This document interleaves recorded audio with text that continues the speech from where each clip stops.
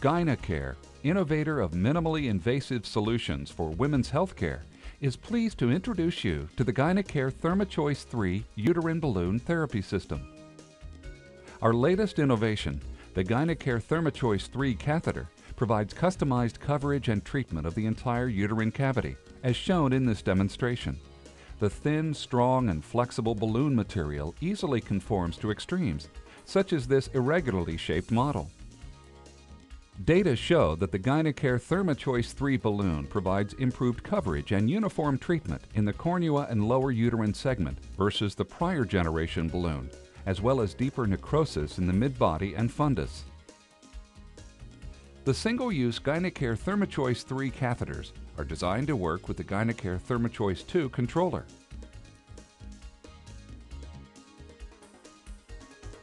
The Gynecare ThermaChoice system is comprised of a single-use sterile balloon catheter with a 30 cc syringe, a reusable umbilical cable, and a controller. The Gynecare ThermaChoice balloon catheter features an ergonomic handle design, a custom silicone balloon with an impeller to circulate the heated fluid inside the balloon, and a small diameter flexible cannula.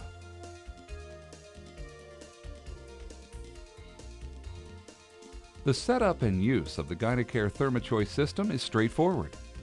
To begin, plug the power cord into the back of the controller and into the wall outlet. Open a sterile package containing the Gynecare ThermaChoice balloon catheter and syringe and gently set them on a medical tray. The Gynecare ThermaChoice balloon catheter should only be handled by a person who has been properly scrubbed and gowned. When removing from packaging, smooth over the tubing to remove any kinks or package memory. The filter, which is on the end of the catheter's pressure line, is attached to the controller, ensuring that the connection is snug. Do not over-tighten. Firmly insert the catheter circulation plug into the circulation port. You will hear a slight click as it is secured into place. Ensure that the connection is locked by slightly pulling back on the plug. Once this is done, the umbilical cable, which is not sterile and needs to be either draped or disinfected by wiping it with a 70% isopropyl alcohol dampened cloth, is connected to the controller. The red dot on the umbilical cable should point up as it is connected. Once again, you will hear a click as it is secured into place. The other end of the umbilical cable is then connected with the catheter's extended cable receptacle. The arrows of the cable should line up with the white notch on the catheter's cable receptacle. As they are secured together, you will hear and feel a click. You are now ready to turn the controller power switch on.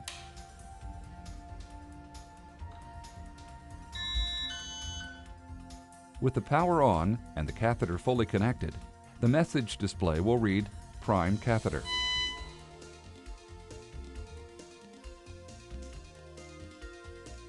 The catheter is then primed. Priming evacuates the air and creates a low-profile balloon for insertion into the uterus. To prime the catheter, first fill the syringe slowly with up to 20 cc of D5W. Use only sterile injectable D5W solution. Use of other fluids may compromise the catheter. Then firmly attach the syringe to the catheter. Hold the catheter, pointing it down to the floor, and depress the trumpet valve, filling the balloon with up to 20 cc of fluid. When adding fluid during priming, ensure that the balloon fully opens so that none of its sides are touching. Once again, depress the trumpet valve, but this time slowly aspirate both fluid and air from the balloon until a negative pressure of -150 to -200 millimeters of mercury is reached, as indicated on the controller's pressure display. You may need to purge air from the syringe several times to attain the desired negative pressure. Note, never exceed -200 millimeters of mercury pressure. Now, release the trumpet valve to maintain a stable negative pressure for at least 10 seconds, after which you are ready to proceed with the next steps of the procedure.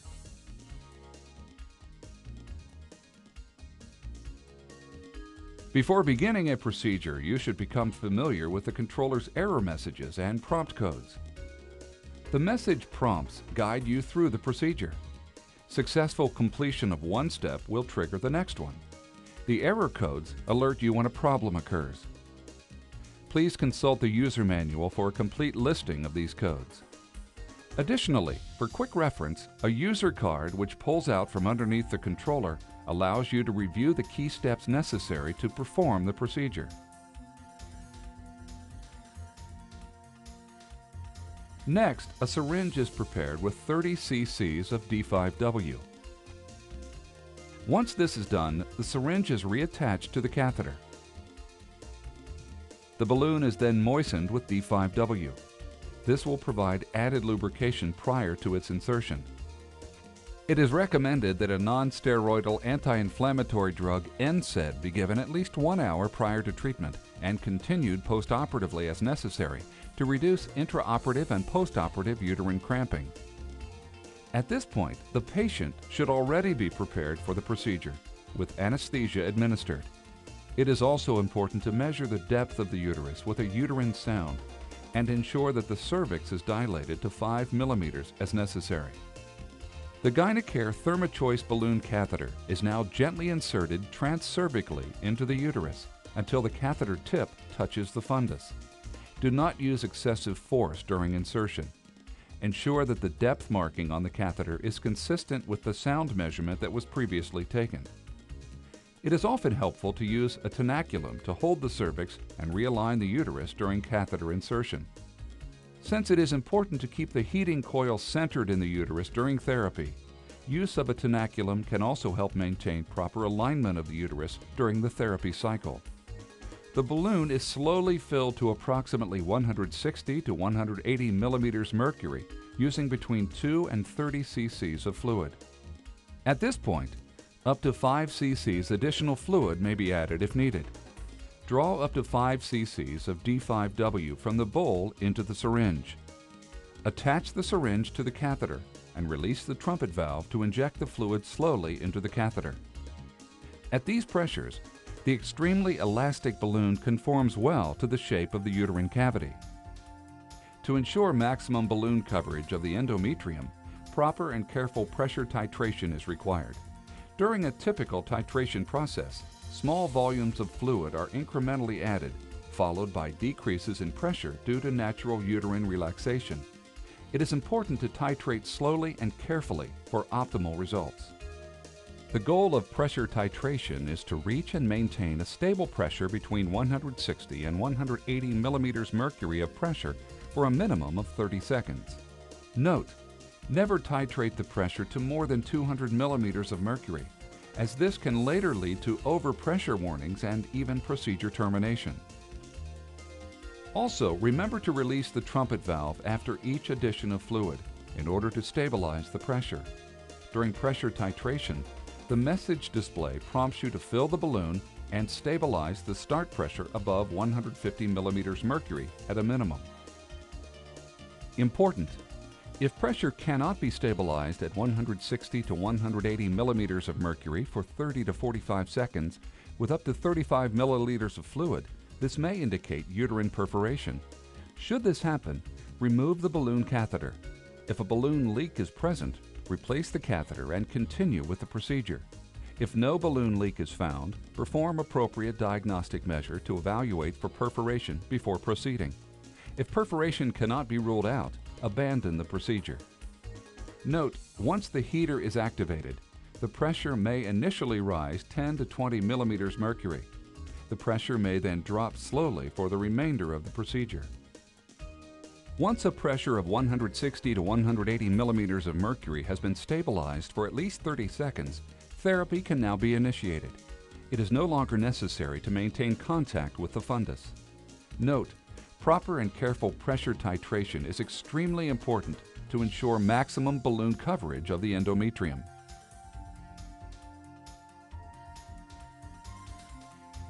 Once a steady pressure of 160 to 180 millimeters mercury is maintained, the message display panel will read, "Ready, press start."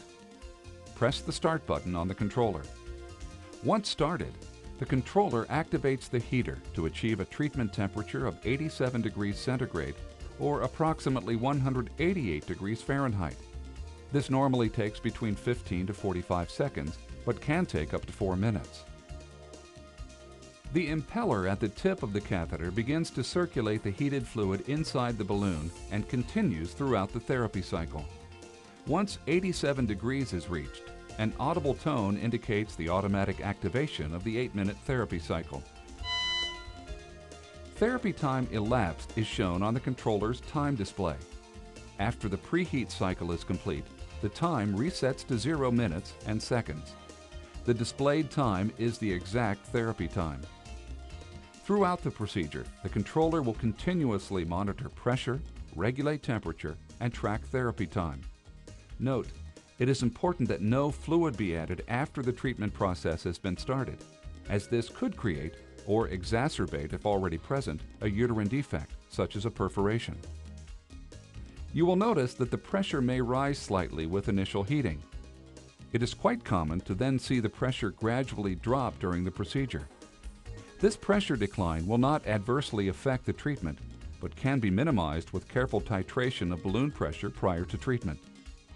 When the treatment is complete, the controller automatically terminates the procedure. The therapy time elapsed, which is 8 minutes, is shown on the time display.